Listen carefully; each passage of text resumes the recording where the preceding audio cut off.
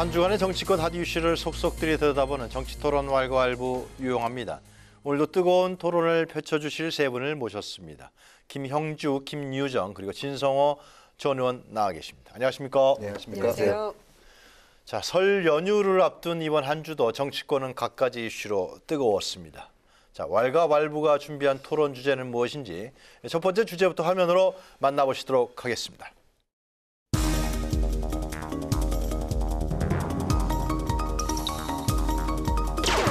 설마 하고 우려했던 일이 현실화되었다. 재판 과정에서 밝혀진 진실은 외면한 채 특검의 일방적 주장만 받아들인 재판부의 결정을 도저히 납득할 수 없다.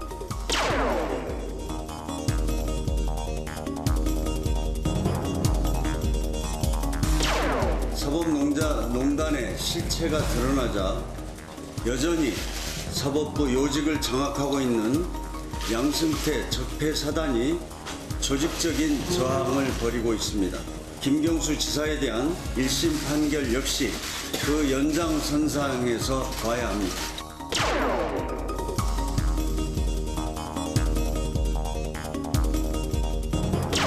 이번 판결은 진상규명의 시작일 뿐입니다. 이제 문재인 대통령께서 댓글 조작에 대해서 알고 계셨는지 여부에 대해서 해명해 주셔야 합니다. 김경수 지사는 더 이상 구차한 변명과 말 바꾸기를 중단하고 경남도지사직을 당장 사퇴해야 합니다.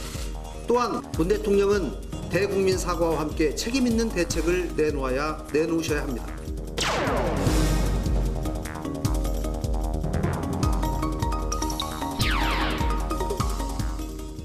왈가왈부 오늘의 첫 번째 주제는요. 한국당 보이콧 이어서 김경수 구속까지.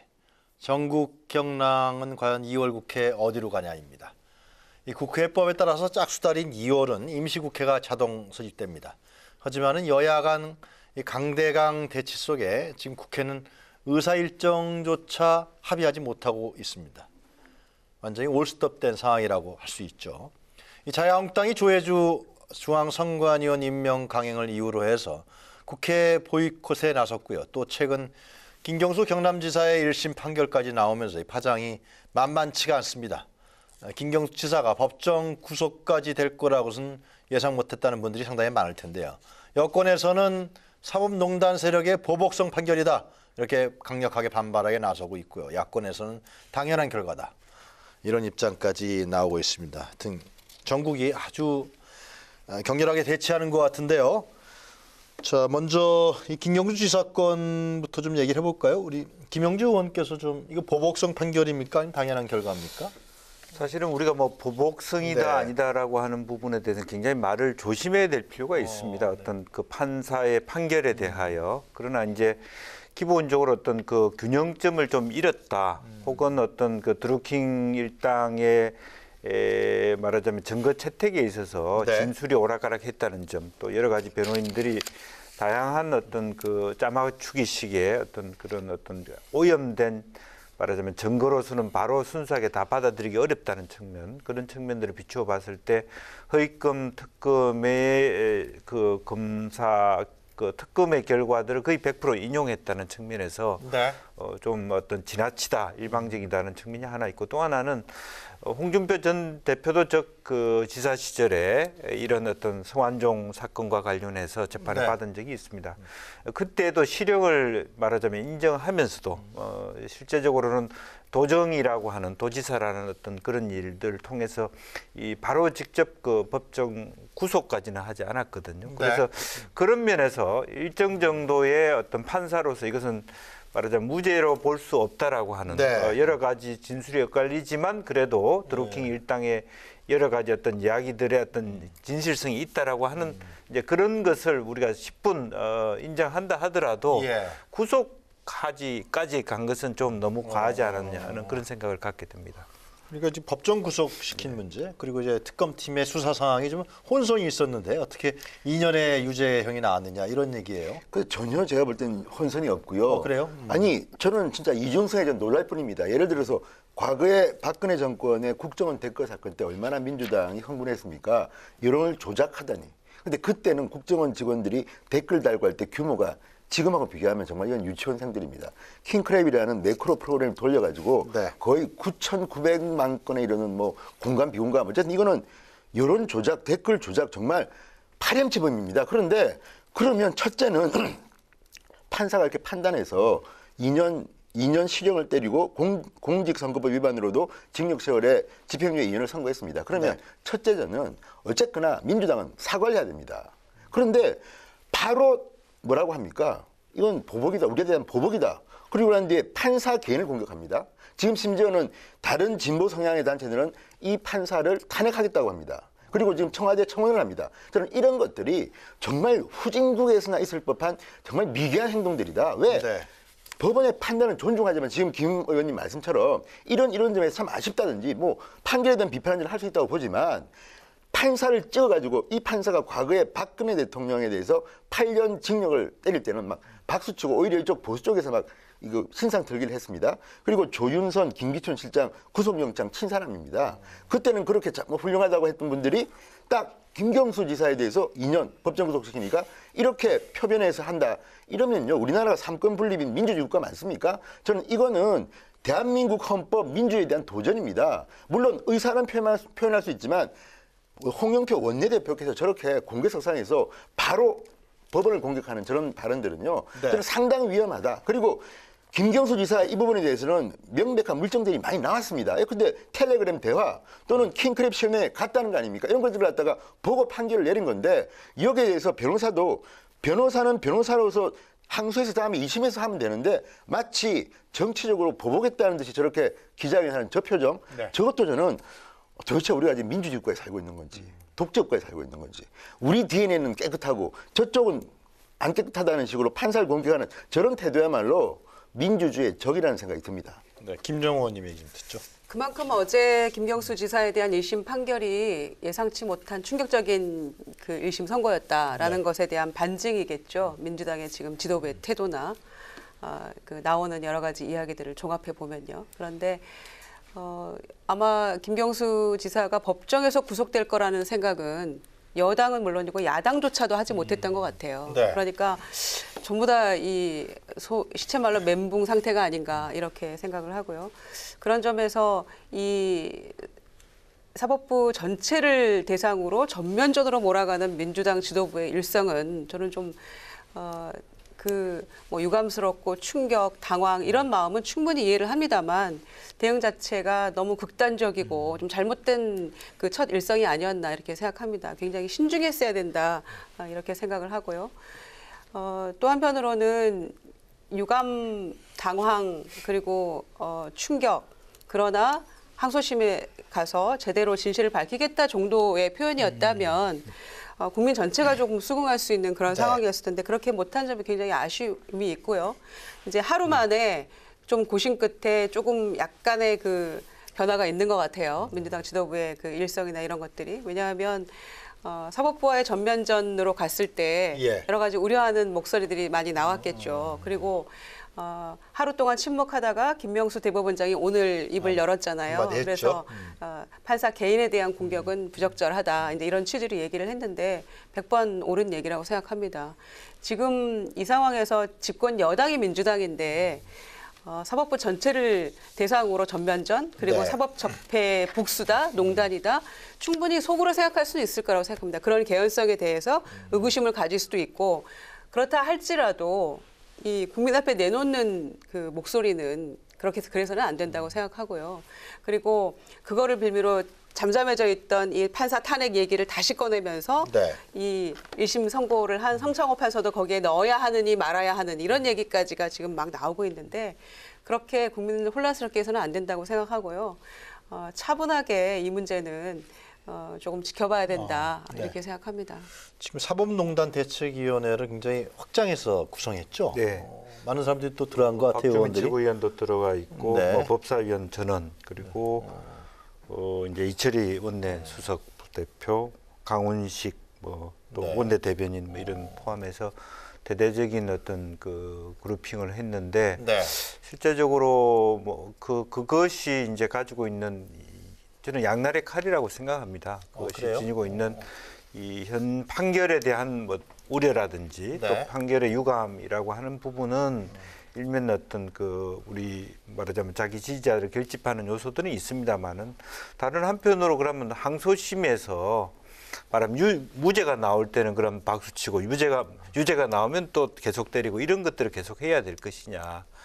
그런 부분에 있어서는 상당히 맞지 않고 또 특히 대통령께서 작년 9월에도 사법 그 독립 70주년 행사라든지 올 초에도 기자신년회에 네. 사법부 독립을 굉장히 강하게 주장하셨거든요. 그래서 청와대 입장에서도 굉장히 이것은 난감한 일입니다. 그래서 현재 그 어제 했던 여러 가지 어떤 격양된 그런 모습들은 네. 이미 이제 뭐 나간 입장이고 하지만 앞으로는 좀 이 지금 현재 TF팀이 어떤 개별적인 어떤 말하자면 그 법원 구성원들에 대한 어떤 그 문제제기라기보다는 네. 좀 더 어떤 상권 분립이라는 입장 속에서 자기 위치를 다시 한번 포지셔닝을 하고 네. 또 정말 원만하게 누가 보더라도 사법부 신뢰를 회복하는 방향으로 또 유감 표명을 하되 서로 어떤 거리두기는 해야 되지 않겠냐는 생각이 듭니다. 이제 조금 보태면요. 민주당에 대해서 이제 여러 가지 얘기들 나오는 가운데 이 김경수 지사 건에서 너무 안이한 대처를 한 게 아니냐라는 비판의 목소리가 나오고 있는 것도 사실이죠. 이 성창호 판사에 대해서 이미 알고 있었던 거 아닙니까? 그리고 양승태 전 원장의 비서실 근무했다는 것도 그게 이제 와서 알려진 건 아니잖아요. 1심 선고함과 동시에 성창호 판사의 이력이 나타난 건 아니잖아요. 그러니까 이미 알고 있었던 것인데 그렇다면 재판부 기피 신청을 하든지 아니면은 뭐 거기에 대해서 조금 더 적극적으로 이제 이 재판에 임하든지 여러 가지를 했었어야 되는 너무 안이한 대처를 해놓고 이제 와서 그때부터 수상했어. 이게 문제가 있어라고 개인에 대해서 그 공격하는 것은 네. 아마 가장 할 말이 많은 사람은 성창호 판사일 수도 있어요. 그러나 침묵하고 있는 거 아니겠습니까? 그러니까 민주당의 그런 모습은 집권 여당으로서 조금 온당치 않은 태도다 네. 이렇게 생각하고요. 상권 분립이나 사법부 독립에 정면 도전하는 그런 모습이라고 생각합니다. 그건 결코 국민에게 좋은 모습은 아니라고 보고요. 네. 또 말씀하셨습니다만 항소심 가서 만약에 이제 1심에서 이렇게 그 충격적인 결과를 얻었기 때문에 할 수 있는 모든 조치를 다 할 거 아닙니까? 또 문제가 있는 그 재판부라면은 기피 신청도 할 것이고 여러 가지 조치들을 취하겠죠. 적극적으로 재판에 임하겠죠. 그러고도 항소심에서 유죄 판결 나면 어떡합니까? 그때는 또 뭐라고 얘기합니까? 네. 그럴 경우도 생각을 해야 되기 때문에 무죄라면 너무 다양한 일이겠죠. 그러나 유죄가 났을 경우도 이 상정을 해야 되기 때문에 그래서 여당은 조금 더 조심스럽게 이 부분 대처해야 되는 것이라고 생각하고요.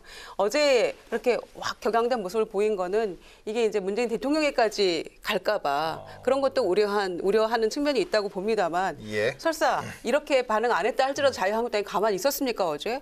당장 뭐 특검 얘기 나오고 그러지 않았습니까? 대통령이 해명해야 된다고 하고 그러면서 또 그러면 당론이냐 이렇게 물어보면 또 한 발 빼고 당론은 아니고 아직은 개인의 의견입니다만은 조금 대답을 해야 될 것 같다. 또 이렇게 얘기를 하고 있는 것이죠. 그러니까 대선 불복 프레임에 당장 발을 들여놓기는 한국당도 조금 그 부담이 있는 건 사실인 거죠. 그러면서도 계속 압박하고 있는 것도 이 한국당이 굉장히 이 좋은 호재라고 생각하고 있기 때문에 네. 거기에 대해서 굉장히 조금 치밀하고 조금 조심스러운 그런 반응을 보였어야 전 맞다 이렇게 생각하는데 그런 점에서 상당히 아쉬움이 크죠. 네. 그 사법농단 대책위원회는 제가 생각하는 양승태 전 대법원장이 구속됐잖아요. 그죠? 예, 예. 그 재판 과정이 어떻게 될 것인가 이런 부분에 대해서 좀 여권에서 잘 감시하고 그런 식 활동을 하면 어떡하냐 생각이 드는데요. 지금 김정은께서 말씀하셨는데 그 대선 불복 프레임 있잖아요. 지금 특검 얘기 나오고 그러는데 이 문제 한국당에서 이제 강하게 얘기하고 있는 거 아닙니까? 문 대통령이 답변해야 된다 그러고. 그러니까 제가 볼 때는 네. 한국당이 좀 약하죠 여전히 그 야당으로서 야성이 떨어지는 거죠. 예를 들어서 이런 얘기한 게 야성이 들어보십시오. 예. 조금만 우리가 지금 기억 상실증이 걸리지 않았다면 몇 년 전으로만 돌아가 보면요. 박근혜 대통령 시절에 국정원 댓글 사건 났을 때 네. 민주당 의원들은 박근혜 하야를 갖다 들었습니다. 박근혜 하야. 현역 의원이.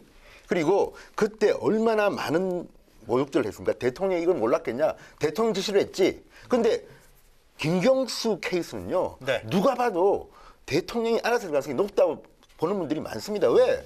김경수는 문재인 당시 대통령 후보의 오른팔 중에 오른팔이고요. 당시 수행하는 대변인 역할을 했습니다. 네. 그리고 본인이 이렇게 열심히 뭐 드루킹을 통해서 댓글을 조작했다면 아니 대통령한테 보고 안 했겠습니까? 물론 안 할 수 있겠지만 일반적으로 우리가 선거운동 캠프에서 일해보면요.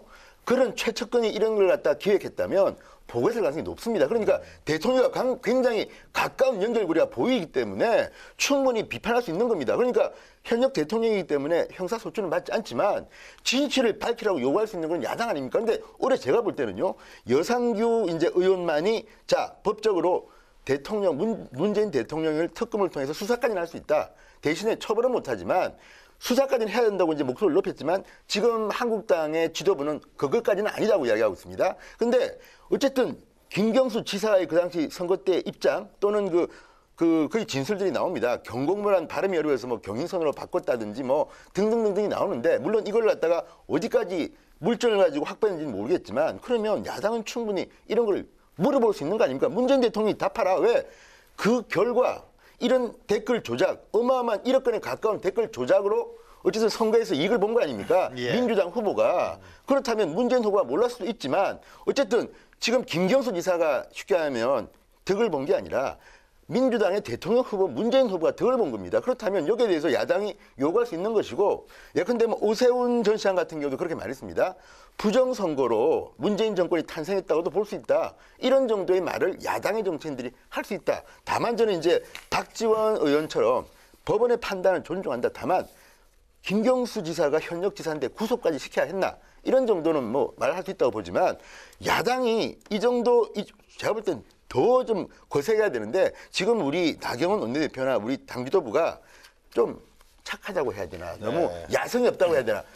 청와대 앞에 갔지만 과거 민주당이 했던 거에 비하면 너무 약했다.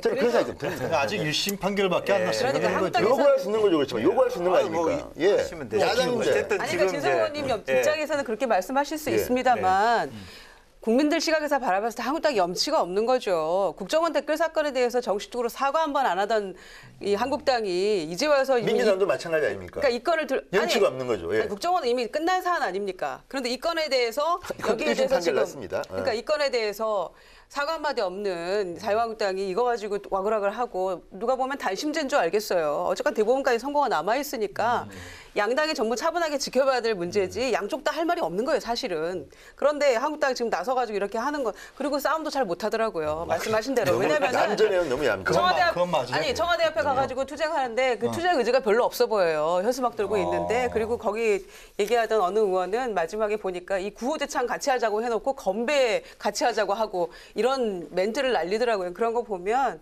한국당은 아직도 이 야당으로서의 준비는 덜 됐다. 그러나 그렇다고 해서 본인들의 과거를 잊어서는 안 된다. 이런 말도 네. 하고 싶습니다. 예, 우선은 이제 대선 불복 예, 프레임 어떻게 보세요? 신님 말씀에 좀 이제 저희들이 다른 것은 네. 이제 과거처럼 예를 들어서 어떤 대선 캠프에서 어떤 조직적으로 만들어서 별도의 팀을 만들어서 이런 사람들을 불러서 돈을 내려서 이런 기획을 했다 그러면 그것은 굉장히 비난받아. 물론 현재로서도 재판 결과에 대해서 겸허하게 수용하고 반성할 건 반성해야 됩니다만 이것은 사실은 두루킹 일당이 자기 이익을 위해서 공진화 단체라는 이익을 위해서 김경수에게 접근한 사실이고 오히려 돈을 내려준 게 아니라 김경수가 뭐 강서를 받은 그렇다고 그게 잘 됐다는 뜻은 아니지만 공조직을 이용했던 국정과는 전혀 다른 내용이다라는 측면이 있고 또한 지난 대선의 특성이라고 하는 것이 누가 보아도 팽팽하거나 문정부가 굉장히 가까스로 이기거나 어려운 선거가 아니었기 때문에 이런 것을 무리하게 이 정부가 기획할 가능성은 저는 많지 않다라고 보여집니다. 다만 어찌 됐든 간에 드루킹 일당과 김경수 지사가 일정 정도 호응을 하고 교접을 했었기 때문에 교통을 했기 때문에 어떤 이와 같은 어떤 재판부의 판단에서 공동 전범이라는 얘기까지 나왔다라고 하는 것은 매우 유감스러운 일인 건 맞습니다. 이제 그럼에도 불구하고 실제적으로 이것이 대통령의 지시에서 했냐라고 하는 부분은 사실과 좀 다른 것 같아요. 실제로 접근하는 방식이라든지 또 실제로 물론 말하자면 일본의 총영사직에 대해서도 부분적으로 그것이 일정 정도의 말하자면 그게 딜의 대상이라고 보여지지만 이것이 대통령의 의중이라 전혀 상관이 없는 별개의 어떤 개인 관계에서의 어떤 여러 가지 여가 활동이었을 가능성이 저는 매우 높다 그렇게 봅니다. 저도 대통령이 몰랐을 가능성이 높습니다. 그렇지만 왜 제가 이 문제를 제기하냐면 지금 차이가 크게 났다고 했지만 드루킹이 한창 활동할 때 그때를 보면요. 안철수 후보와 문재인 후보가 거의 비슷한 시절이 있었습니다. 그때 안철수 문재인에 대한 글을 갖다가 댓글을 조작했던 그런 것들이 다 나옵니다. 여기 텔레그램 그 대화가 다 나옵니다. 이 기사 빨리 작업해라. 그러면 이게 드루킹의 이런 댓글 조작, 여론 조작이 대통령 선거 결과에 저는 상당히 영향을 미치다고 봅니다. 그렇다고 하면 여기에 대해서 어쨌거나 대통령이 몰랐다 하더라도 보고를 받았는지 또는 미안하다든지 이런 말 좀 할 필요가 있지 않나. 이건 당연히 야당으로서는 요구할 수 있는 거 아니겠습니까? 그런데 이제 그 국회가 문제인데요. 예. 국회가 2월 임시국회가 정기적으로 열리는 거 아니에요, 무조건 그죠? 근데 지금 이제 열릴 기미가 안 보여요. 설 연휴 지난 다음에 지금 오늘은 그 각 당 지도부가 이제 서울역, 용산역 다 나가서 인사는 다 한 것 같은데요.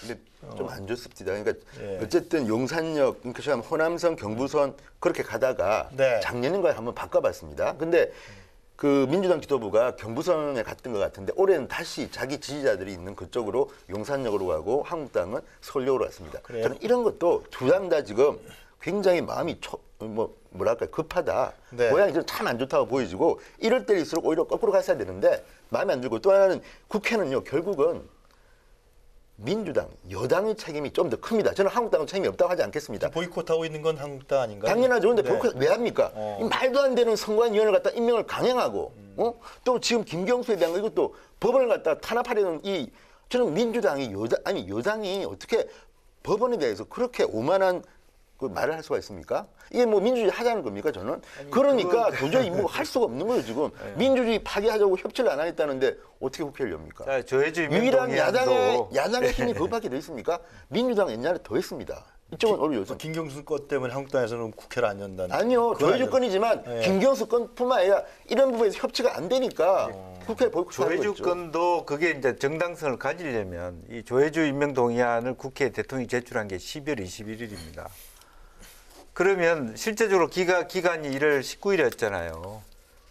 그러면 그 기간 내에 국회가 최소한 청문회를 해서 도저히 조혜주는 결격이다. 뭐 말하자면 특정 캠프에 있었다.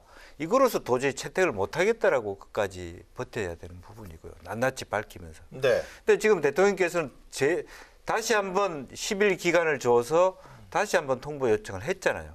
나름대로는 대통령으로서는 국회를 존중하는 최소한의 형식적 절차를 다 지킨 겁니다. 절차는 다 밟았다. 지금 조혜주 때문에 국회를 안 연다고 얘기하려고 그러면 청문회에서 부결됐는데 억지로 대통령이 채택했다. 문제가 되죠. 그런 얘기가 되죠. 근데 아예 장도 안 열어놓고 들어보지 못하고 처음부터 이것은 안 된다라고 얘기하면 사실은 그것은 말이 안 맞는 것이라고 보는 아니 거죠. 그 전에 대통령이 부결이가 적합하지 않다고 이야기해도 임명 강행한 케이스가요. 문재인 정권 들어 지금 2년 됐는데 과거 정권보다 훨씬 더 많습니다. 그리고 그 방법 아시잖아요. 강도가 다릅니다. 청문회 자체를 안 여는 게 더 강한 거고요. 청문회를 열고 부적격 의견을 내는 게 맞는. 그래도 대통령은 거부할 수 있습니다. 그러니까 과거의 문재인 정권의 이 속성을 봐서는 청문회조차 열지 말자. 이게 한국당뿐만 아니라 바른미래당도 그렇습니다. 생각이 지금. 야당이 이렇게 반대하는 이유를 민주당이 모를 리 없는데 왜 이렇게 협치를 안 하고 무조건 밀어붙입니까? 저는 이거는 정말 말로는 협치, 뒤로는 무조건 밀어붙여. 이건 야당을 정말 너무 우습게 보는 게 아닌가. 이러면 안 되죠. 주고받는 게 있어야지. 너무 지금 강대강으로 지금 하는 거 설 아닙니까? 연휴 이후에도 국회가 안 열린다. 그렇게 되면 어떻게 되는 거예요? 그렇다면 이제 이 문재인 정권은 이 개혁 입법 통과할 기회를 정말 영영 놓치게 되는 그런 우를 범할 수도 있다 이렇게 생각을 합니다. 그러니까 지난 연말에 예산안을 자유한국당하고 손잡고 민주당이 통과시켰을 때 그 민주당 보좌진들 사이에서 이런 얘기를 했다 그래요. 야, 우리가 한국당하고 손잡고 예산을 통과시킬 줄 누가 알았겠냐 이런 얘기 했다는데 그렇게 손잡고 예산 통과시키기도 했고요. 그러니까 네. 지금 이 보이콧 사태를 자유한국당은 보이콧이 자유로운 그런 당이잖아요. 아주 보이콧 전문 정당이잖아요. 그러니까 그런 상황을 놓고 봤을 때 그럼 과연 민주당은 잘했는가 이거 좀 반성해야 된다고 생각하고요. 조혜주 임명 왜 빌미를 줍니까? 네. 대선 백서에 잘못 기입된 거다. 그러면은 지금 그렇게 그 오기를 한 대선 백서 그 발간한 그 책임자가 있을 거 아니에요. 그리고 그거를 집어넣은 사람에 대해서 뭔가 조치를 취했는지 우린 들은 바가 없어요. 이 얼마나 중대한 사안입니까? 그 원인 제공자 아닙니까? 그렇다면 당에서 뭔가 그럼 실수였다? 이 중대한 사안에 대해서 실수했다는 걸로 끝날 수 있습니까? 그래서 빌미를 제공한 자체가 민주당의 책임이 있다 이렇게 생각합니다. 네. 그러나 자유한국당도 저는 힘이 약하고 야당이 설 자리가 없을수록 국회가 가장 훌륭한 투쟁의 장이라고 생각하는 사람이기 때문에 청문회에서 자 이렇게 문제가 있습니다. 이 문재인 정권이 이렇게 더군다나 이 중앙선거관리위원회의 독립성이라고 하는 거는 얼마나 중요한데 선거 때 의원들 목숨 걸고 이렇게 싸우는데 판단 하나하나에 따라서 울고 웃는 거 아닙니까? 중앙선관위의 역할이라는 게. 그런데 그렇게 중요한 문제를 이런 사람을 임명을 합니다라고 합리적인 근거와 이런 걸 해서 청문회를 했었어야죠. 네. 그런데 그것도 하지 않고 또 민주당은 실수였다고 변명하고 자 예산 짬짬이 했던 두 당이 지금 보이는 행태가 이게 뭡니까? 그리고 거기에 대해서 5시간 반 단신 농성을 이제는 그냥 릴레이 농성으로 바꿨다고 합니다만 국민에게 참 웃을 일 없으니까 그런 웃음을 주기도 했었는데 자유한국당 그래서 제대로 못 싸운다는 거고요. 그리고 그 코미디 같은 일 때문에 무엇 때문에 저들이 보이콧하고 농성을 하고 있는지 원인을 잊어버리고 있어요. 국민들이.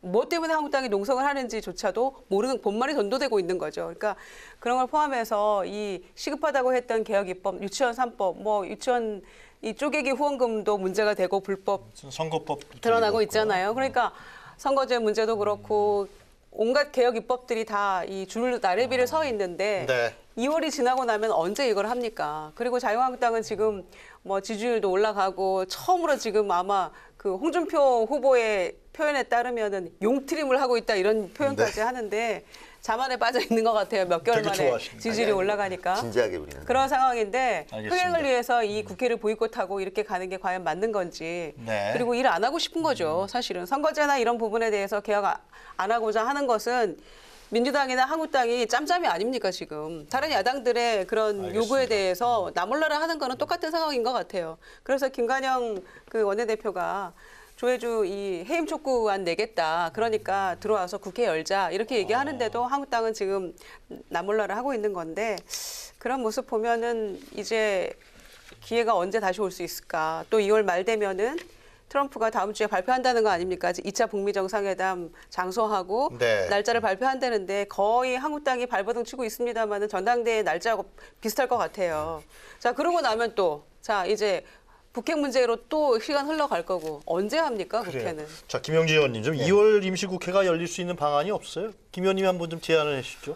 뭐 방안이 없습니까? 이런 거 사실은 좀 이제 지금 어떤 또 주고받아야 될 것 더군다나 같은데. 이제 예. 그 국회의장께서 미국 네. 하원의 그 펠로시입니까? 네. 예, 원내대표를 만나려고 여야 의원들하고 미국을 가실 예정으로 잡혀 있습니다. 아, 그렇습니까? 그래서 오히려 국회의장이 여야 의원들하고 미국 갔을 때 합의안을 도출해서 오시는 거기서 듯한 얘기하면 되겠네요. 이런 것을 통해서 실제적으로 그야말로 서로에 대한 입장을 타산지석을 삼아서 조금 역지사지하는 방식으로 좀 그 의장께서 좀 하시고 또 실제적으로 또 어쨌든 청와대에서도 그 조혜주 건에 대해서 임명을 강행한 것도 또 네. 그 빌미를 제공한 것도 어떤 청와대니까 다시 한번 비서실장이나 정무수석이 조금 더 원내대표한테 더 엎조리는 야당과의 관계들을 좀 개선하는 그런 부분이 좋을 것 같고 또 네. 뭐 여당이 협력하지 않은 상태에서 말하면 뭐 조혜주 해임 촉구 결의안을 통해서라도 야당이 원을 연다 그러면 거기에 대해서 또 협조하는 부분도 저는 필요하다고 지금 이제 생각합니다. 나온 카드가 바른미래당 조혜주 현재 상임위원회 그 해임 촉구안 결의 그거를 같이 하자. 이것이 하나의 좀 카드로 낸 거죠. 지금 바른미래당에서. 근데 지금 뭐 2월 예. 전당대회를 앞두고 있는 자유한국당 의원님들의 마음속은 지금 이제 설에 있고 뭐 전국을 돌아야 되는데 사실은 안 하고 싶은 거죠. 황교안한테가 있고 예. 또 오세훈한테가 있고 예, 홍준표한테가 당내 있고. 정치가 훨씬 우선순위인 것이죠. 참. 솔직하게 얘기하면 그런 부분이 다 내 있는 것입니다. 하여튼 문희상 의장이 같이 여야 원내대표들하고 미국을 가는데요. 거기서 좀 합의안들이 좀 나왔으면 좋겠다. 2월 임시국회가 열렸으면 좋겠다 생각이 드는데 또 한 가지만 제가 마지막으로 우리 지금 이쪽 예. 진 의원 잘 물어보면은 또 재밌는 얘기가 나오겠네요. 지금 여야 잠룡들이 이게 우연의 일치인지 모르지만 오늘 또 그 누구죠? 구속됐습니다. 안희정 전 지사가 3년 6개월형을 받고 법정 구속됐습니다. 또 법정 구속됐습니까? 그래서 일단 그 지난해 국정감사에서 안희 박김이라는 말이 나왔습니다. 네. 그때 이제 안희정은 날라갔고 이재명은 뭐 위험하고 박원순은 뭐 지켜봐야 되고 김경수냐 김부겸이나 그때 막 김부겸일 것이다 그랬는데 네. 김경수 지사가 가장 먼저 구속돼 버렸습니다. 현재 어쨌든 그리고 안희정 전 지사가 오늘 구속됐습니다. 두 분이 두 사람만 그렇게 된 그럼 거예요. 이재명 지사는 현재 재판을 받고 있는데 어떻게 될지 아무도 모릅니다. 그러니까 지금 안이 바뀐 박원순 시장은 아직 무사합니다. 제가 볼 때는 박 시장은 무사할 것 같아요. 근데 어쨌든 안, 이, 김 재판을 받거나 구속돼 버렸습니다. 아무도 모른다는 그 표현에는 뭔가 있겠다라는 이제 모릅니다 저는. 근데 이재명 지사는 제가 볼 때는 굉장히 전투활동하고 이 두 분하고는 결이 조금 다릅니다. 그래요? 소년공 출신으로 어쨌든 검정고시로 변호사를 해가지고 강하게 온 분이기 때문에 저는 이재명 지사는 살아날 것 같은 생각이 좀 듭니다. 아, 그래요? 예, 한 55% 정도. 근데 모르죠 아무도 그 운명. 사법부의 판단인데 미리 얘기하시면 안 모르죠. 되는 아니, 거 저는 55% 정도 제 예상입니다. 주관적 예상인데 네. 근데 그것도 사법판을 믿어봐야죠. 근데 어쨌든 지금 보면 안, 이, 박, 김 흔들리고 있고 네. 반대로 이쪽은 뭐 오세훈, 황교안, 홍준표 좀 시끄럽습니다. 근데 물론 이 선거가 뭐 어떻게 흥행될지 이 북미담에 따라 또 솔직히 조금 이제 영향을 받을 거는 것 같은데 네. 어쨌든 상대적으로 야당은 분위기가 좀 좋습니다. 네. 이 정도만 이야기하겠습니다. 네. 대권 후보에 대해서는 아직 뭐 정치권에서 큰 얘기는 없죠. 네, 아직은 시기상조인 것 같고요. 네. 그리고 뭐 과거를 보더라도 미리 얘기해도 그 당시 즈음에 가서 누가 또 경선을 통해서 후보가 되느냐에 따라서 판도는 아주 달라지기 때문에 네. 지금 얘기하는 거는 어떤 의미에서는 참 공허하다 이런 생각이 듭니다. 지금 여론조사에서는 이낙연 총리랑 한교안 전 총리 두 분이 각축을 벌이는 걸 나타나는 것 같아요. 자유한국당이 좀 더 흥행을 하려 그러면 그 세 후보가 비슷비슷해야 되는데 네. 저는 초반에 말하자면 그 한 분이 너무 많은 포션을 차지해서 다른 오세훈 전 시장이나 이런 분들이 조금 발을 빼야 될지 말아야 될지 이건 누구 좋으라고 하는 건지 이런 판단을 함으로써 중간에 흥행이 주춤거릴 가능성도 꽤 생기고 있다 그렇게 생각하고 홍준표 전 대표 역시 뭐 여론조사 아니 TV 토론을 빌미로 여러 가지 이제 서로 시비를 붙는 그런 상황에 와 있는 것 같아요. 격차가 크기 때문에 좀 더 지켜봐야 된다. 뭐 근데 그런 어쨌든 거네요. 예. TV 토론 같은 걸 저는 개인적으로 그런 생각 드는 게 좀 많이 해가지고 알겠습니다. 이거를 좀 많이 보여줘야지 그 다음에 국민들도 우리 쪽으로 좀 오지 않겠습니까? 알겠습니다. 예, 알겠습니다. 유튜브에서 또 많이 하지 않겠어요? 예. 예, 유튜브 강세가 있으니까 또. 예. 알겠습니다. 첫 번째 주제는 이 정도에서 저희가 얘기를 하고요. 두 번째 주제 화면으로 먼저 만나보시도록 하겠습니다.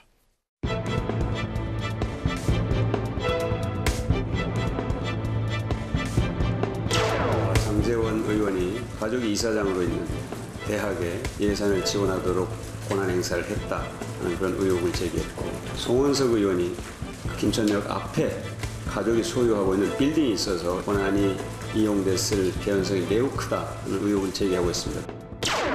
여당이 손혜원 의원 건을 물타기하기 위해서 여러 가지 주장을 하고 있는데, 손혜원 의원 국정조사를 한다면 우리 이해 충돌에 관한 전수조사 해도 좋습니다. 손혜원 의원에 이어서 자유한국당의 두 의원까지 이해충돌 문제가 논란이 되고 있습니다. 진작부터 있어야 했습니다. 이번 기회에 국회 차원에서 본격적인 법제화를 모색해 봐야 합니다.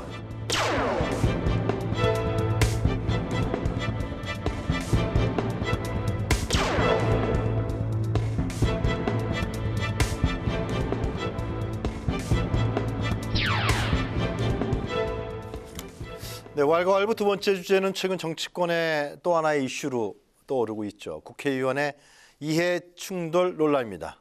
민주당의 손혜원 의원의 목포 근대역사문화관관 내에 투기 의혹이 한동안 정치권을 뜨겁게 달궜었는데요. 최근에는 한국당의 송원석, 또 장제원 의원도 비슷한 논란이 제기되고 있습니다.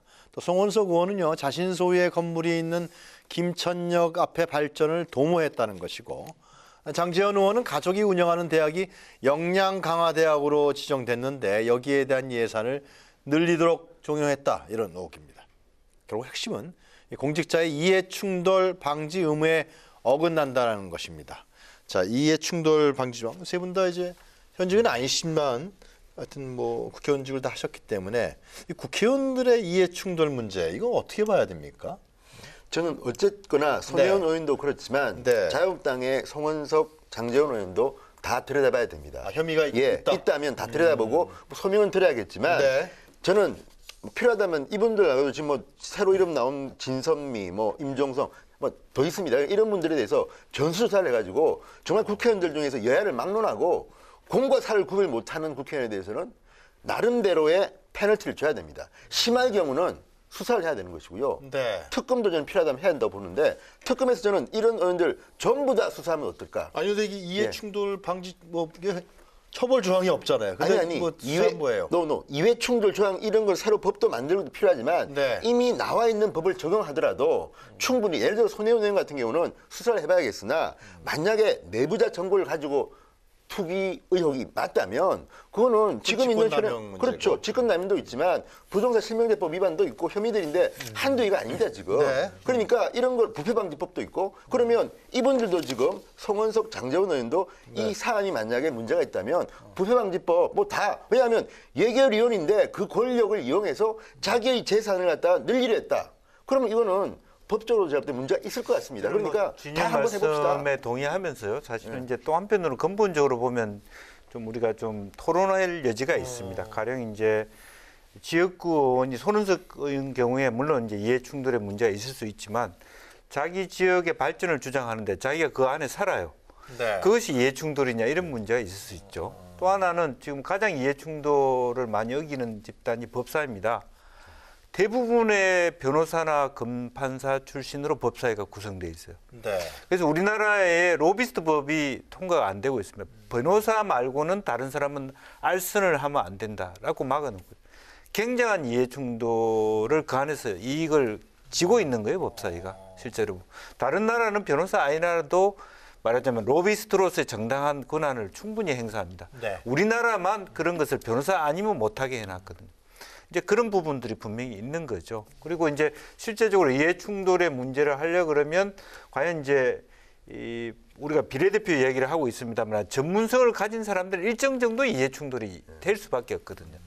근데 의사협회에서 의사의 전문성을 위해서 비례대표에서 복지를 가지 않습니까? 그러면 네. 의사와 약사의 대립했을 때 의사 편을 들 수밖에 없는 것이고 이제 그런 부분을 조금 더 정치하게 들여다볼 필요는 있겠다. 그래서 어떤 면에서 우리가 앞으로 지역구를 안 하고 비례대표를 늘리고 그런 것도 사실은 이해 충돌을 좀 줄여가자는 자기 이익을 무조건 뭐 말하자면 우선순위를 한다라고 하는 것은 그 안에서 충분한 이해 충돌이 그 안에 다 속해 있고요. 다만 이제 국회 안에서 각 정당이 그 사람이 뭘 전공하느냐에 대해서 전문성의 문제냐 이익의 문제냐를 구분해서 상임위 배치를 할 필요는 있겠다. 이제 그런 부분이고. 그러니까 이 손혜원 의원도 말하는 문화예술계 전문가니까 문광이 가는 건 많지만 들어갔을 때 자기 이익과 상관없는 일을 하게 되는 그런 윤리적인 부분에 봉착하게 돼 있거든요. 이제 그런 것들을 아예 국회 안에서 감찰기구를 둔다든지 사실은 국회 사무처가 너무 힘이 약합니다. 네. 이제 그런 부분에서 국회의원들을 국회 안에서의 의회 활동 안에서 이해 충돌에 대한 비윤리적인 부분을 전문적으로 힘있게 권위를 가지고 말하자면 징계를 내릴 수 있는 자기들 의원들끼리 만드는 징계위원회에서 송방망이가 아니라 정말로 형별로 다스릴 수 있는 그런 감독기관이 필요한 거 아닌가 생각합니다.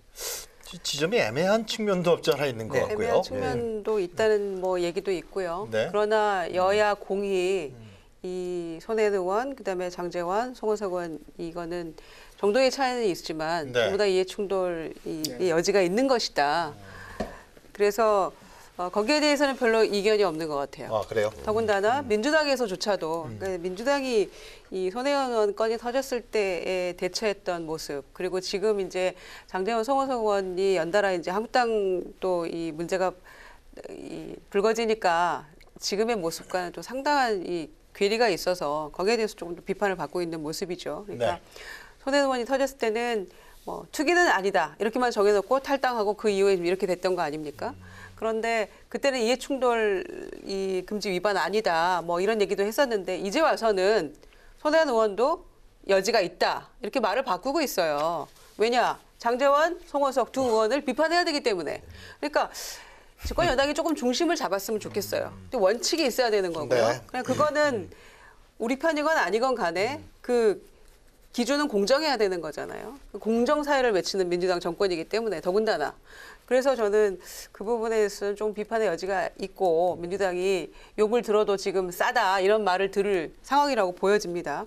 그런데 손혜원 의원에 대해서는 그러면은 문화사랑이고 뭐 선이고 그럼 장제원 의원과 송원석 의원은 위반한 것이냐 예. 이렇게 물어본다면 민주당은 할 말 없는 거죠. 그런 점에서 전수조사하자 이런 얘기들이 지금 각 당에서 나오고 있는데 한국당은 또 이제 그거를 받아쳤죠. 손혜원 의원에 대해서 국정조사하면 전수조사 받겠다. 그러니까 또 이제 민주당이 당황하는 거 아닙니까? 거기에 지금 답을 못 하고 있는 거예요. 왜 답을 못 하죠? 그리고 손혜원 의원에 대해서는 굉장히 자신했던 거 아닙니까? 그래서 오늘날 지금 이렇게 이 오랜 기간 동안에 국민들을 굉장히 혼란스럽게 만들고 시끄럽게 지금 이 이슈가 됐던 문제에 대해서 왜 민주당은 여기에 답을 못하는 거죠? 그러니까 전수조사 필요하다고 하면 해야죠. 네. 그리고 국조 받으면 되는 거죠. 그런데 거기에 대해서 침묵하고 있는 것도 상당히 보기 민망하다 이런 생각이 들고요. 그런 점에서 이 이해충돌 이 부분에 대해서는 김영란법에 마지막에 넣으려고 했던 거를 못 넣은 거 아닙니까? 원래 중심적이었던 예, 거죠. 가장 사실은 그 메인이었죠. 핵심이었는데 그걸 안 넣었던 이유가 어디까지를 범위로 할 것인가. 뭐 가족이라고 하면은 뭐 사촌이냐 어디냐 뭐 이런 것부터 포함해서 거의 안 걸릴 게 없는 그런 광범위해지기 때문에 이게 너무 복잡해진다 하고 의원들이 필요해서 뺐던 거죠. 더 구체화시키면 되는 거 아닌가요? 바로 그겁니다. 그러니까 네, 조금 시간이 걸리더라도 아주 디테일하게 그렇지. 정해서 이렇게 하는 것이 보십시오. 그 시간이 걸리는 것과 지금 이 의원들 문제가 불거졌을 때 이렇게 이 소모적인 논쟁을 벌려서 국회의 본래의 의무와 책임을 다하지 못하고 있는 이런 모습을 보고 있으면 시간이 걸려도 그렇게 좀 상세하게 그 규정을 정해서 하는 게 맞지 않겠나 이런 생각 드는 거죠. 그러니까 그때는 본인들이 필요해서 회피했다가 이제는 너도나도 다시 이 법을 내놓고 있는 거 아닙니까? 그래서 이 국회가 욕먹는 거죠. 그러니까 일관된 잣대가 필요하다는 말씀입니다. 그러니까 예를 들어서 송원석 의원 같은 경우는 이게 뭐 40년 전에 어쨌든 간에 뭐 일부 지분을 상속받았는데 부친이 관리한다고 합니다. 그런데 이거하고 자기가 뭐 달라고 한 게 아니라 이미 자기 이제 재산 소유였던 거 하고 손혜원 의원은 문화재직으로 이례적으로 어쨌든 간에 뭐 굉장히 많은 1,000억 가까운 돈이 1,000억 넘는 돈이 지원되는 그 지역에 20몇 개 이거 부동산 땅을 갖다가 지인이나 뭐 법인 등으로 해서 매입하는 거하고 어떻게 같습니까? 그리고 또 손혜원 의원은 낮은 7기 공예품을 갖다가 국립박물관에 막 사라고 뭐 한 것도 있고 이것들을 보면 비교 안 될 또한 장제원 의원이나 송은석 의원은 자기도 수사라고 이야기하고 있어요 지금. 자기도 조사라고. 그러니까 조사하면 됩니다. 저는 왜 저렇게 그 하는지 새 모르겠습니다. 의원님들의 논의는 국민들이 이제 알 만큼 하는데 우리 정치 풍토에 있어서 원내대표 선거를 하면 내 상임위를 어디 보내줄래? 이런 내부적인 딜을 하거든요. 그게 바로 이해충돌이 관철될 수 있는 여지를 당내 선거에서 만들어 버립니다. 상임위를. 어떻게 해야 돼요? 실제로 그런 면에서 공직자들인데. 그런 의미에서 그런 어떤 원내대표 선거에서의 딜은 있을 수 있으나 그러나 그것보다 근본적으로 이 사람은 이런 일을 하고 있고 가족이 이렇기 때문에 보건복지 일을 가면 안 된다. 가족들이 의사를 한다든지 또 장제원 가족들이 사실은 아버님 것이죠. 형님이 총장이고 본인도 사실은 가면 뭐 디지털 때 부총장으로 한때 원외에 있을 때 바로 광고도 나오기까지 해서 그렇다면 교육이 못 간다. 이런 것들은 어느 정도 기준으로 만들어줄 필요가 있겠다. 아니, 그러니까 그럼에도 불구하고 또 예결위에 들어가 버리면 그거 아무 의미가 없어져. 아니 그러니까 이제 국민들이 궁금한 거는 우려스러운 거는 이 공직자는 이해충돌이 항상 주변에 있을 거 아니에요. 그렇죠. 그거를 그러면은 이제 이게 법이나 제도화 시켜야 되는데 과연 국회에서 또 할 수 있겠느냐. 지난번에도 김영란법에서 김영란 전 대법관이 내놓은 게 중심적이었는데 그렇기 때문에 우리가 지금 할 수 있는 것은 그 부분에서 일단 그 우리가 국회에서 할 수 있는 일이 있고 두 가지는 나머지는 정보 공개입니다. 모든 100%의 질의와 답변. 질의 안에 말하자면 이해의 관철이 있는 거거든요. 상임위 안에서 그 해당 기관장을 불러놓고 이거 하는 게 좋지 않겠습니까? 질의 형식으로 주문을 하는 거란 말이에요. 다 문제가. 이해를 그렇게 관철했기 때문에 그 모든 방식이 전수조사의 내용이 뭐겠습니까? 모든 상임위의 질의와 답변을 훑어보는 게 전수조사입니다. 전수조사하면은 굉장히 많은 의원들이 나오지 않겠어요? 그러니까 기준을 좀 만들어야 되는 게 특히 저는 지금 우리 비싼 법사위를 좀 말씀드리고 싶은데 자, 법사위는 여야 할 것 없습니다. 예를 들어서 이번에도 전병헌 전 정무수석 저 법원 걸 보니까 본인이 먼저 찾아간 게 아니라 본인한테 뭘 부탁하러 누군가가 옵니다, 판사가. 그러면 들어온 김에 또 내가 아는 누구 좀 뭐 이렇게 선체 이렇게 하면 이거는 제가 볼 때는 이거야말로 정말 공과 사를 구분 못하고 이게 판사에 대해서 어쨌든 재판 거래 아닙니까? 근데 서영교 의원도 비슷한 케이스인데 이게 그분들만 있는 게 아니라 이쪽 한국당 쪽도 제가 볼 때는 많았을 겁니다. 그러니까 여든 야든 법사위만 들어가면 알게 모르게 이렇게 유혹에 빠지고 또 실제로 합니다. 그래서 그게 들킨 사람은 처벌을 받고 안 들킨 사람도 저는 많다고 봅니다. 그러니까 이거에 대해서는 차제에 한번 기준을 만들자. 물론 완벽한 기준을 만들기 힘들지 모르지만 지금 우리 김 의원님 말씀처럼 교육위에 가는 사람들은 이런 문제는 안 된다든지 또는 자기가 아무리 전문가라도 자기가 직접 낮은 책임을 박물관하고 뭘 판매하는 시합을 갖고 있는 사람이 거기 가면 안 된다든지 이게 있어야지. 안 그러면요 정말 국회의원들이 그 권력을 이용해서 돈 벌고 뭐 행사하고 인사 마음대로 하고 그건 정말 위험한데 실제로 많이 진행되고 있습니다. 구의원 시의원들은 더 공공연한 그렇죠. 사실입니까? 자기 이익을 관철시키기 위해서 시의원이나 구의원에 나온 사람들이 너무도 많은 게 현실이거든요. 그 밑으로 데려갈수 그럼요. 그렇겠네요. 자기 지역의 이권을 자기가 맞습니다. 말하자면 그 커버하기 위해서 그런 부분들이 현실이기 때문에 실제적으로 더 그런 부분에 규준을 만들어 갈 필요가 있다. 바른미래당에서 지금 그 김영란법과 별도로 이해충돌에 관한 방지법을 내놓지 않았나요? 실제로? 네, 최혜위원이 내놓은 걸로 들었고요. 최혜위원이요? 네, 네. 그리고 다른 당에서도 그래요? 뭐 너도 나도 지금 다 내놓고 있는 게 뭐 현실이죠. 그런데 이제 거기에 대해서 회의감이 드는 게 우리가 항상 이슈가 되는 문제가 나올 때마다 늘 법 개정안 내놓고 뭐 하긴 하는데. 나오지만 유치원 3법만 관련하더라도 지금 어떻게 돼가고 있습니까? 그러니까 거기에 대해 상당히 회의적이긴 합니다만은 우리가 할 일 많은 국회에서 이렇게 소모적 논쟁을 장시간에 걸쳐서 네. 하는 것보다는 차제에 조금 원칙을 마련하고 이 법제화해서 우리가 김영란법 시행할 때만 해도 얼마나 논란이 많았습니까? 그랬죠? 이거 좀 너무 하는 거 아니냐? 뭐 3만 원, 5만 원 이런 기준 나왔을 때요. 그렇지만 보세요. 굉장히 잘 정착돼 가고 있잖아요. 그렇죠. 예. 시행착오를 거치면서. 그래서 차제에 이 그때 빠졌던 이해충돌 방지 이 조항에 대해서도 이제는 조금 돌아볼 때가 되지 않았나. 이런 뭐 그 계기가 되는 게 이런 여러 가지 일들이 터진 후에라서 조금 아쉬움은 있습니다만 미연에 방지했으면 더 좋았겠죠. 그런데 차제에 조금 이 법들이 나왔을 때 그런 논의를 해야 되는데 한국당 저러고 있고 민주당도 별 의욕 없는 것 같고 한국당에게만 뭐라고 주문하는 것 같고 네. 이런 모습이 굉장히 안타깝죠. 지금 2월 임시국회에서 아직 뭐 의사일적 합의가 안 됐지만 그러면은 논의돼야 할 부분이 지금 여기 나온 이해충돌 방지 문제, 또 선거법, 지금 선거제도 네, 개정 문제, 유치원법도 있고요. 유치원법 3법 문제, 미세먼지 관련한 것도 있고요. 미세먼지도 있네요. 카풀, 택시 뭐 이런 그것도 문제도 있네요. 있죠. 예. 너무 많죠. 너무 많네요. 네. 네, 많습니다. 또 어떤 게 있습니까, 우리? 모르겠습니다. 많습니다. 맞습니까? 근데 보이콧하고 계셔갖고. 예. 하여튼 이 문제는 빨리 2월 임시국회에 열려서요. 지금 현안들, 중요한 국민들과 관련된 현안들이 빨리 좀 진행이 됐으면 좋겠다. 그런 마음이 아주 간절한 것 같습니다. 자, 오늘 두 가지 주제를 저희 세 분과 같이 다뤘는데요. 세 분께서 선정하신 사진 한 컷 보는 시간 갖도록 하겠습니다. 오늘은 김영주 전 의원이 선정하신 사진 한 컷부터 보도록 하겠습니다. 네, 저기 있네요. 네.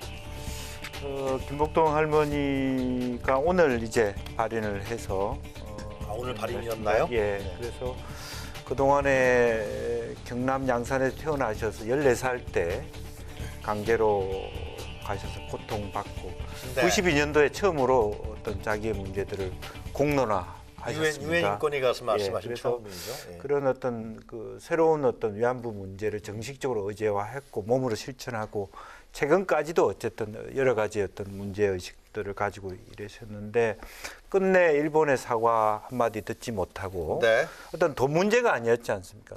그런 부분에 대해서 좀 지금 몇 분 안 계시지만 아쉽게 생각하고 네. 또 우리가 그런 마음을 잃지 않고 끝까지 어떤 그런 과거사에 대한 어떤 생각들을 이어갔으면 하는 것이고 또 한일 관계의 정상화는 또 다른 트랙에서 우리가 고민해야 된다. 그렇게 저는 이제 한마디 생각됩니다. 표현하면 네. 이 김복동 할머니가 사람들의 관심을 모으는 이유 중에 하나는 영화 I Can Speak라는 영화 때문입니다. 그러니까 저도 이제 2017년인가 상영했는데 3대가 보고 울었던 영화입니다.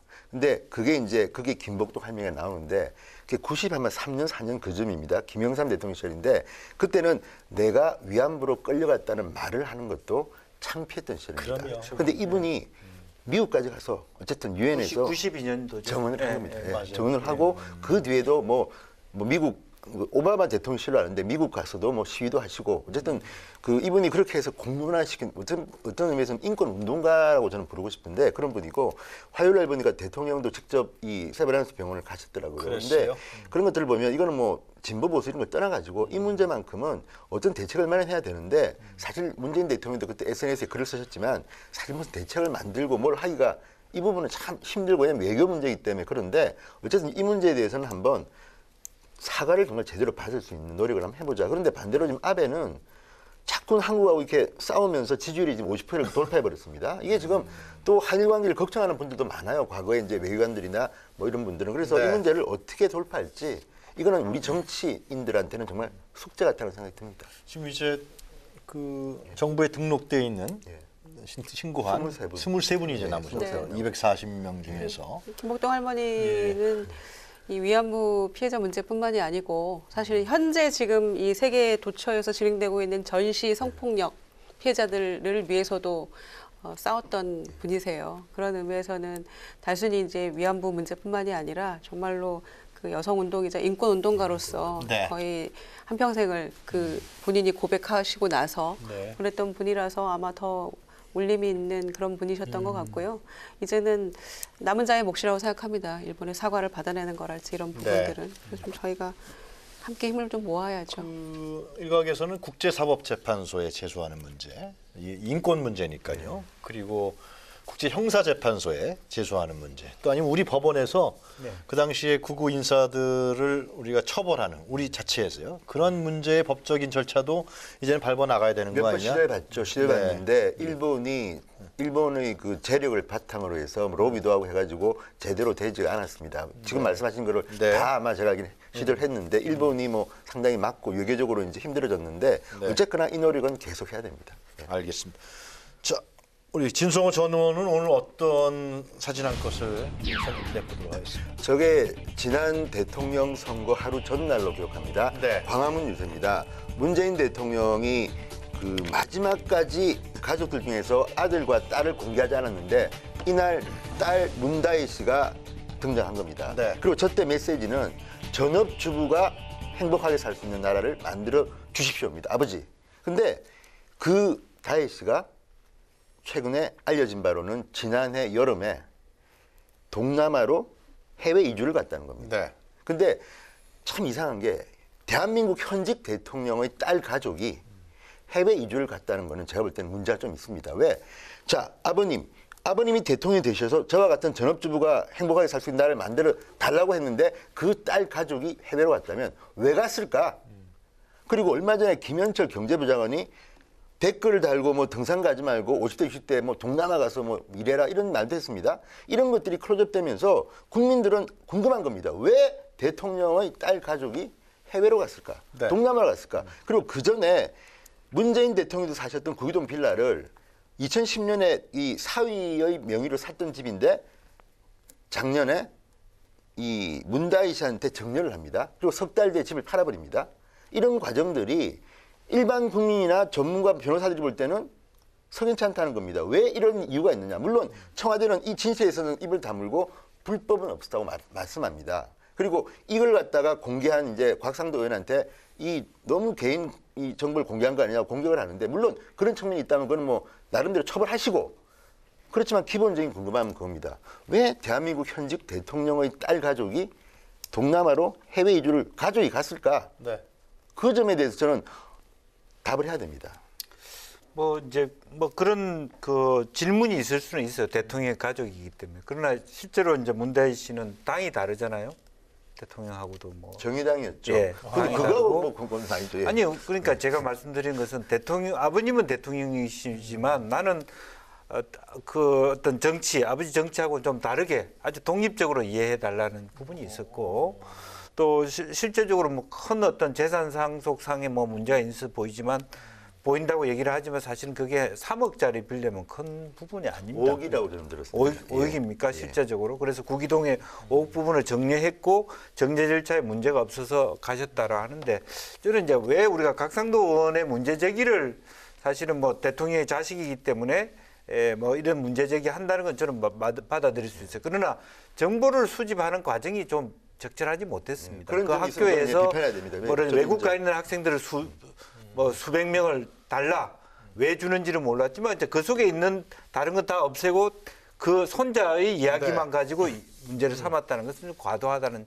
측면이 있고 또 가면서 물론 왜 갔느냐를 질문할 수는 있어요. 그러나 교육 문제로 갔다 그러면 우리 교육이 안 좋은 것이냐 뭐 다른 직업 때문에 갔다면 한국 직업이 한국 경제가 어려운 것이냐라고 한다라면 그것은 좀 과도한 말하자면 공격이다. 저는 그렇게 보고 다만 또 하나는 뭐 경호가 외국 가서 살면 경호에 대한 비용이 더 많아지기 때문에 이렇게 얘기하는 것은 좀 우리 세계 12국가의 수준에 비해서는 좀 과도한 공격이다. 저도 경호를 떠나 저는 궁금한 게 그겁니다. 이분들의 나이가 30대 중후반입니다. 지금 부부가. 그런데 그 나이는 지금 새로 공부하러 가는 것 같지도 않고 또 이 사위라는 분이 과거에는 뭐 로스쿨 준비했다 그랬다가 또 게임 업체 다녔다가 또 양산에 사신 적도 있어요. 그러니까 자 이런 분이 대한민국의 대표적인 30대, 40대 우리 남자들인데 이분들이 한국을 떠난다는 거는요. 대통령의 사위가 한국을 떠나야 되는 나라 사람들이 궁금해합니다. 궁금하긴 하겠지만 이제 독립된 주체잖아요. 그리고 또 거주 이전 사유도 있는데 미국도요. 대통령의 자녀는요. 언론이 취재를 하고 늘 보도합니다. 심지어는 이방카의 어린 아이까지도 막 취재를 합니다. 그런데 문제는 우리도 대통령이 바로 딸 아들이면요. 준공인입니다. 그렇기 때문에 우리나라 국민들은 요구할 수가 있는 것입니다. 제가 그 점에서 짧게 두 가지만 말씀드리고 싶은 거는요. 그래요? 곽상도 의원의 문제 제기 방식은 저는 조금 문제가 있다고 봅니다. 그거는 민주당이나 청와대에서 얘기하듯이 문제가 있는 거죠. 초등학생의 어떤 인적 사항을 한다거나 또는 뭐 그 사위의 그 게임 업체에 뭐 200억 지원설이랄지 이런 거는 아닌 걸로 지금 보도는 다 되고 또 그 대표의 입을 통해서 게임 업체라면 누구나 받는 1억 대출 뭐 이런 거는 다 얘기를 하고 있어 해명이 된 거죠. 그러니까 그렇게 무분별한 문제 제기 또는 개인 정보 이런 거는 저는 문제 있는 문제 제기 방식이다. 이렇게 얘기하고 싶고요. 다만 이 건에 대해서 청와대 대변인이 국민을 대상으로 화를 내면 안 되죠. 그 김의겸 대변인의 모습은 화를 내고 있더라고요. 신경질적인 반응이었어요. 그래서는 안 된다고 생각합니다. 왜냐하면 얼마든지 그 문제 있는 문제 제기 방식에 대해 잘못된 문제 제기 방식에 대해서는 비판은 할 수 있으되 국민들도 사인 간에 예를 들어서 누가 어디 간다고 하면 그래 무슨 일로 어떻게 무슨 사유로 이렇게 얘기하는 게 상식이거든요. 하물며 대통령의 자녀라고 한다면 왜 갔을까라고 국민들이 의아해하는 것은 매우 합리적인 질문이자 그 궁금증이라고 저는 생각을 해요. 그런 점에서는 소상히 밝히지는 못하더라도 국민을 대상으로 화를 내서는 안 된다. 저는 또 한편 이렇게 생각합니다. 자, 김유정 전 의원의 사진 한 컷을 보도록 하겠습니다. 2월 5일이 설이죠. 이제 나흘 앞으로 다가왔는데요. 이상하게 명절만 다가오면 이렇게 구제역이 확산되는 것 같아서 국민 시름도 또 더불어 확산되고 있다 이렇게 생각을 합니다. 그러니까 1월 28, 9일경에 안성에서 이제 첫 이게 구제역이 발생을 했는데 막으려고 굉장히 정부에서도 노력은 많이 했어요. 방역도 하고 뭐 다 이렇게 통행도 좀 제한하고 이렇게 했었는데 결국 어제 충주에서도 또 발생을 했거든요. 그러니까 이게 확산을 막는 데는 실패한 거죠. 그래서 오늘 보니까 지금 이 행안부 장관하고 농림부 장관 나와서 지금 대책도 발표하고 여러 가지 얘기를 했는데 참 안타까운 상황이죠. 왜냐하면 지금 설 앞두고 굉장히 경기도 안 좋고 이 민생이 어려운 이런 지경에다가 축산농가는 지금 죽을 지경 아니겠습니까? 게다가 뭐 며칠 전 뉴스에 또 이 한우라고 속여서 팔기도 하고 이거는 국민들도 이거는 피해를 보는 거고 한우 농가도 피해를 보는 거잖아요. 그러니까 그런 일도 있고 뭐 오래된 무슨 뭐 재료 가지고 떡을 만들고 이래서 굉장히 마음도 안 좋았는데 그런 뉴스들 보면서 이 또 구제역 피해까지 발생을 하면 원인을 모른다는 거예요. 발병 원인을. 그래서 더 이 황당하긴 한데 아마 이제 오늘 대책 발표를 했기 때문에 여러 가지 그 조치들을 취하고 국민들도 이 오가는 길에 방역에 좀 철저히 협조도 하고 그래서 최대한 이 확산을 방지하는데 이 관과 민이 동참하는 그런 좀 계기가 됐으면 좋겠고요. 그리고 그럼에도 불구하고 조금 이 설은 따뜻하게 보내셨으면 좋겠습니다. 세 분 다 설 연휴 때 다 내려가시나요? 뒤에? 네. 아니요, 저는 서울에 지키십니까? 서울을 지키시고. 일이 좀 김 의원님은 저는 짧은 국내 여행을 가족들하고 국내 여행, 국내 여행. 네, 저는 시댁에 내려갑니다. 네. 시댁이 어디시더라고요? 원주입니다. 알겠습니다. 네. 저도 원주 들었습니다. 정도면 내려간다고 말을 안 해도 되죠. 그렇지 않습니다. 왜냐하면 알겠습니다. 김 의원님처럼 국내 여행하는 가족들이 원주를 거쳐서 강원도를 간다거나 그게 분기점처럼 돼 있어서 늘 막히는 제가 잘못했습니다. 늘 막히는 지점입니다. 네, 구제역은 확산되고 있고요. 또 민족 대이동이 이루어지는 설 연휴까지 걸쳐서요. 정부가 오늘 축산농장 방문을 자제해달라 이런 대국민 담화문을 발표했죠. 구제역뿐만이 아니고요. 최근엔 낙동강과 또 금강 일원에서 이 조류독감 항원까지 검출돼서 농가의 힘이 더욱더 깊어지고 있습니다. 민생을 살펴야 할 국회는 그런데 지금 멈춰 있습니다. 없는 것 같습니다. 이번 설 연휴에도 국민들의 정치 불신과 걱정, 한숨은 여전할 것으로 보이는데요. 여야 모두 이 설 민심을 잘 헤아려서 연휴가 끝나고 나면은 좀 좋은 소식, 곧바로 2월 국회가 가동될 수 있다. 이런 얘기가 들렸으면 합니다. 자, 정치토론 왈가왈부 오늘은 여기까지입니다. 즐거운 설 연휴 보내시고요. 오늘 세 분 수고하셨습니다. 감사합니다. 네, 저희는 다음 주 금요일 이 시간에 다시 찾아뵙겠습니다. 지난주에.